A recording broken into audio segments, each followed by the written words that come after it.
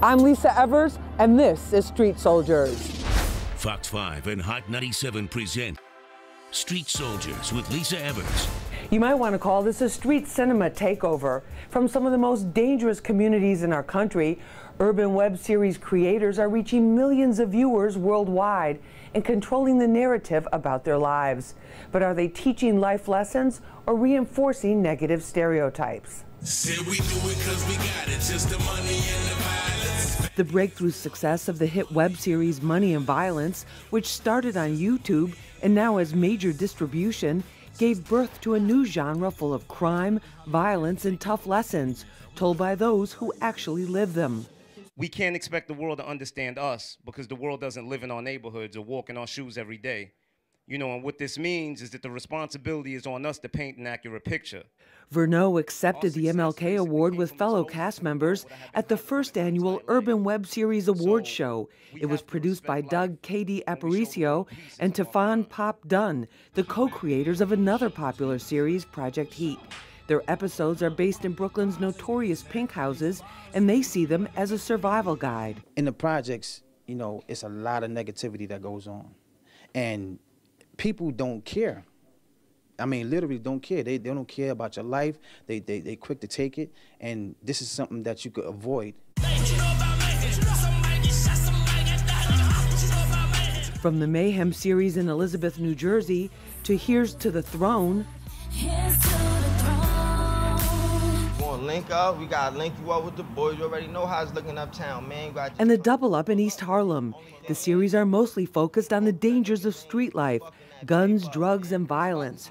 Professor Lenny Williams says the reality of the series holds valuable lessons for teachers in these communities. Finding out more about these shows, these music, sports, you're able to have a conversation with the student, which brings that respect level. And now you got the respect level, and they're going to listen to some of the lessons that you have to bring in the classroom.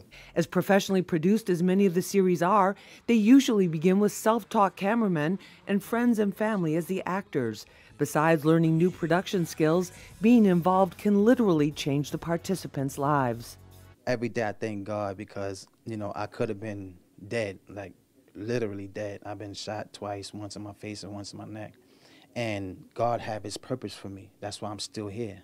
The series are continuing to evolve, with the creators of both Money and Violence and Project Heat deciding not to use curse words in their upcoming seasons. But is that going far enough? Let's find out what our panel has to say. Joining me, Professor Lenny Williams. He's the co-founder of Trill or Not Trill. He has his MBA from New Jersey City University. He's a speaker, educator, and mentor. Lenny, thank you so much for being with us. Thank you. We appreciate it. Also with us is Doug K.D. Aparicio. He is the executive producer and star of one of the hottest web series called Project Heat. He's also the co-founder of the Web Series Awards, which just took place. Doug, thanks so much for being with us. Thank you for having me. We really appreciate it. Also with us is the man who's kind of the godfather of the urban web series, Moses Mo Verneau. You know him as Rafe on Money and Violence. He's the creator and star of Money and Violence, and basically set off a whole chain of events and inspiration for many, many other people. Mo, I want to start with you on this. When you look and see all the series that are out there now, what do you think? I think it's a beautiful thing. Anything that can go about that can give people motivation and inspiration to actually chase their dreams in any way, you know, whether it's picking up a camera or whether it's discovering a talent that they may not have even known that they've had as far as writing is concerned. I think it's beautiful to give people a different outlet to express themselves and to also push their dreams. Doug, what about you in terms of how did you get involved in this?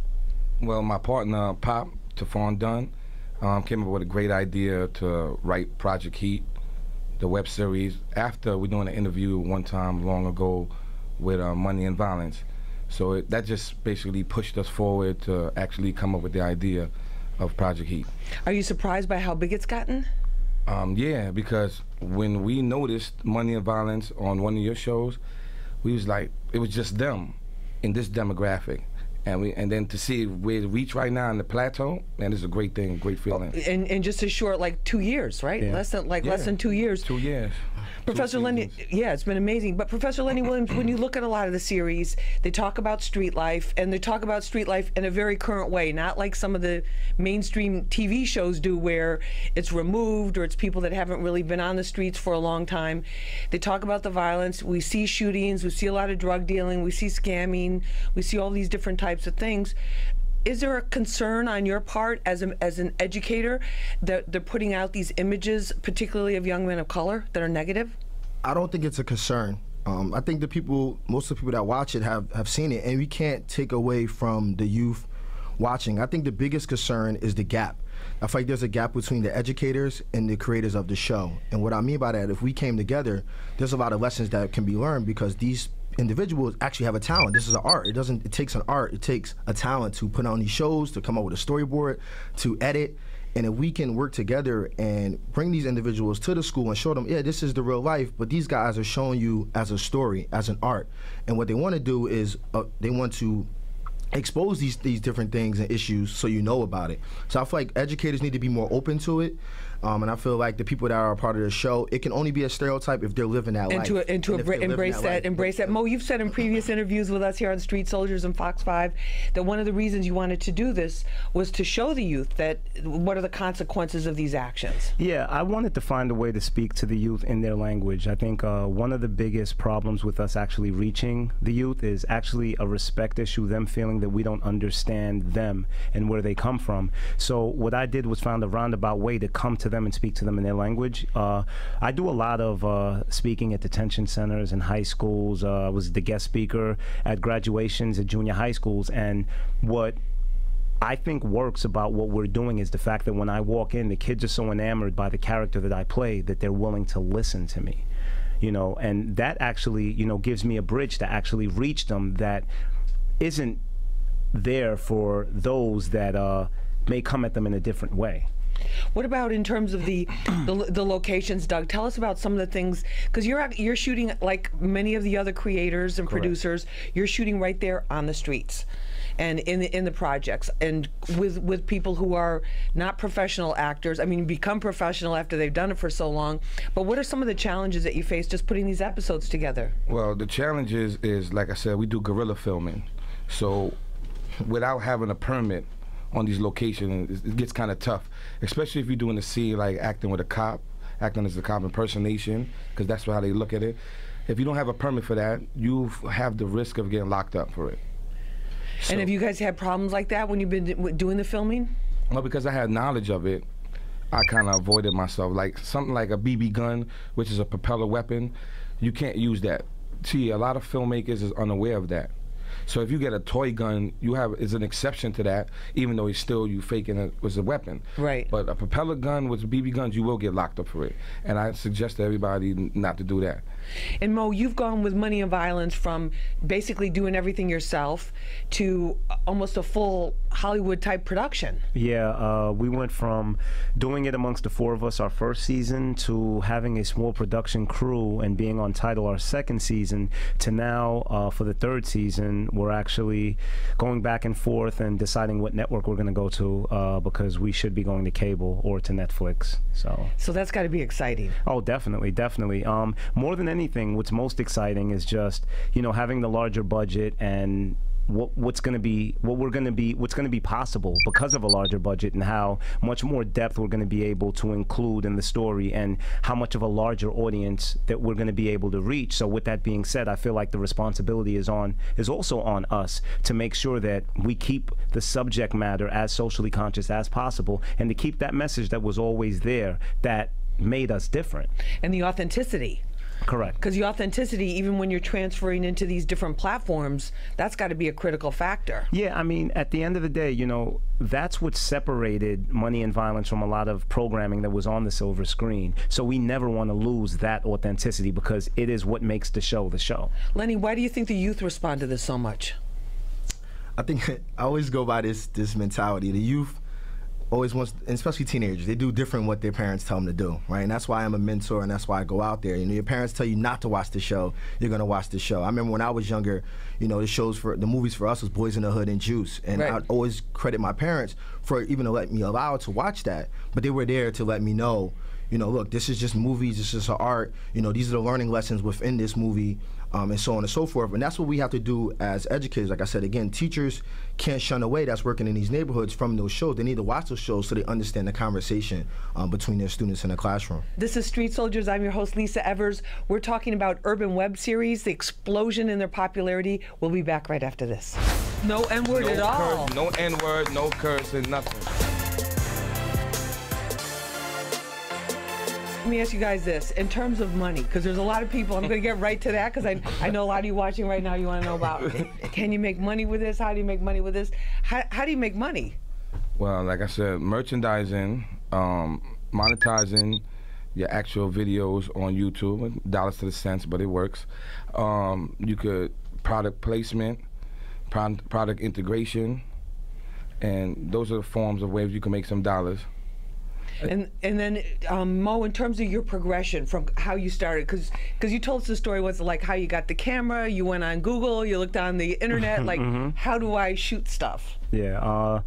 You know, I literally woke up one morning and just decided that this was something that I wanted to tackle. Got myself a camera, put together a storyline, and just went out there and shot it. Never edited a day in my life. Learned how to edit off of YouTube, and I just basically took my shot and put it out there, and it was received. But I'm also grateful for the fact not only was it received, but it was received exactly how I had intended it to be. You know, more than just another gangster tale glorifying violence. People were able to see that it was just a spoonful of sugar to help the medicine go down. Doug, what about you with Project Heat? Well, what we did was we designed a system to end up helping our cast members make some money, right? So like, we'll give them some clothing to sell. Some of them made a lot of money off of it, you know, pay some bills, but they have to understand that this wasn't done overnight, and everybody doesn't value the show the same. Right. We have to make them value it. So we have to always raise the bar, show them that, look, we do better filming like Mo did for season 2, you know, get people to actually pay more attention, like the award ceremony. So once we did the award ceremony, everybody looking at us totally different now. Like they got something. Right. So now that's when they have some kind of achievement that they can show people instead of people just saying, what are you doing out there filming with your friends in front of the project? And the turnout was like, the venue hold 350, it was 400 and something people showed up. And people, almost 200 something people still outside. So, and they wanted to shut it down because it was so much. Too many people. Yeah, we couldn't help the moment, but we were just embracing it. We enjoyed it, and it was successful. Now they want to talk. No, and congratulations, congratulations to you and Pop and everybody that worked so hard on that. Lenny, in terms of the narratives that are out there, when you look around as an educator, as a speaker, as a mentor, when you look around at the narratives that are out there about street life, do you see them all being the same? Do you see diversity there? Tell me what your thoughts are on that. In my opinion, I mean, every city has different issues, right? There's gang issues in one city, and there might not be gang issues in another city. And I feel that's the importance of having different shows and showing different communities. Because again, you know, I'm just all about, there's so many teachers in those communities that get in their car and they go left, and they don't know what's going on with these kids at home. And if they take the time out to actually watch this show, it bridges that gap, and they're able to talk to their students and say, oh, I now understand why you can't sit and take a test for an hour. I understand why you have these mental health issues. I understand why you can't control yourself in my class. So I just think that the narrative needs to be there for each and every town. And I think the other side of it is the people that are running these shows, they just got to continue to keep developing and becoming better, but also find a way when they're branching out and building with these companies to give back to the community, to improve the community that they came from. Because yeah, it's great to make money, yeah, it's great for companies to sponsor you, but is the community getting better as well? And I feel like they have that power as leaders, as people paying attention to them, at that point to really go back and give back, and everybody can just come together.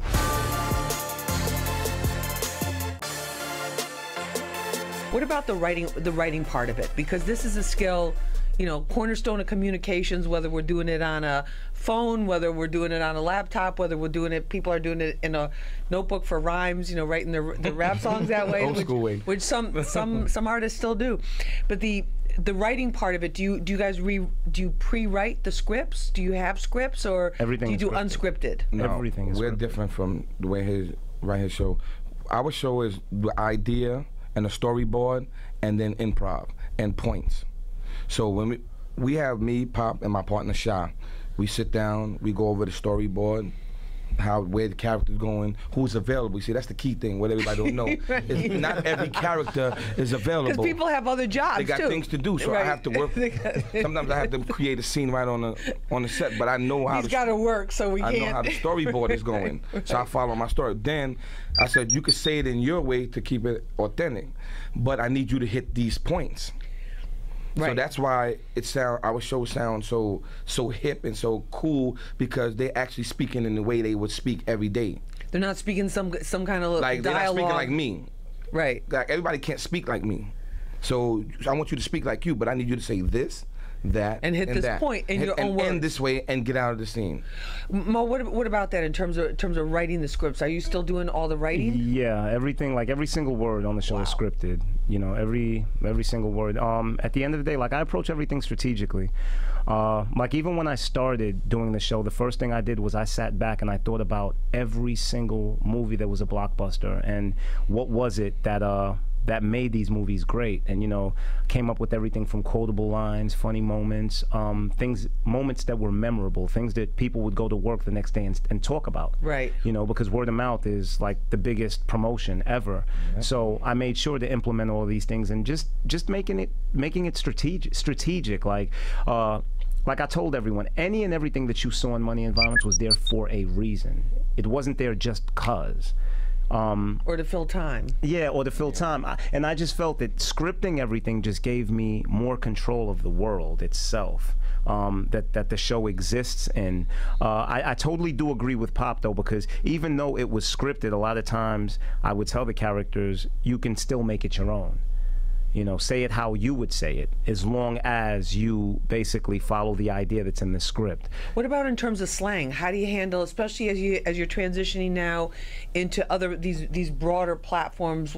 Are there issues with slang, or where they say, oh, you can't really say this, or the cursing, or that type of thing? With me, a large part of having this type of platform is being responsible. So when the second season came and we were doing our table read, I had my 13-year-old daughter in the room with me, and she was sitting on my lap, and we were reading the first 4 episodes, and every time someone used the word bitch, I would cringe. You know, okay.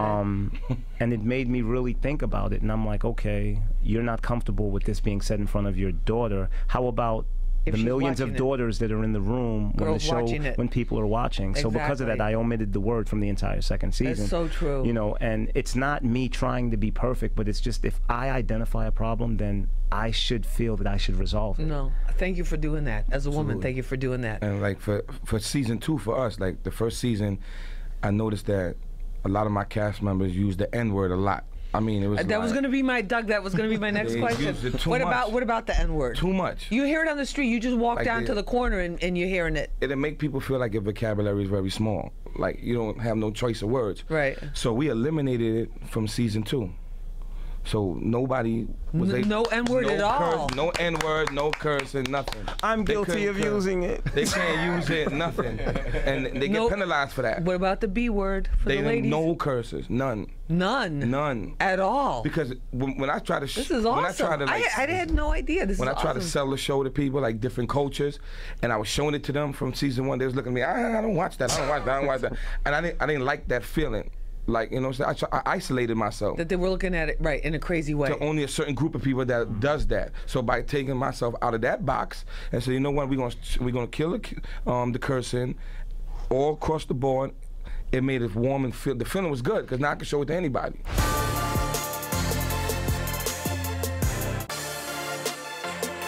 Any final word?